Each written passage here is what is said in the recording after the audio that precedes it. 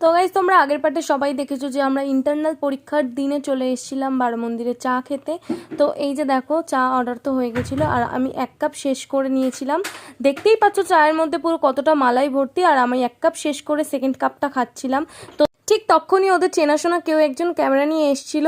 তো এদের camera mode মানে ফটোগ্রাফি মুড অন হয়ে গেছিলো। তো সানগ্লাস পরে পুরো একদম ফটো তুলতে ব্যস্ত হয়ে গেছিলো। তো আমি আর পায়েল এখানে বসে বসে দেখছিলাম আর হাসছিলাম, আর আমরা এখানে পুরো গঙ্গার ঘাটটায় গান শুনে একদম ফিল নিচ্ছিলাম।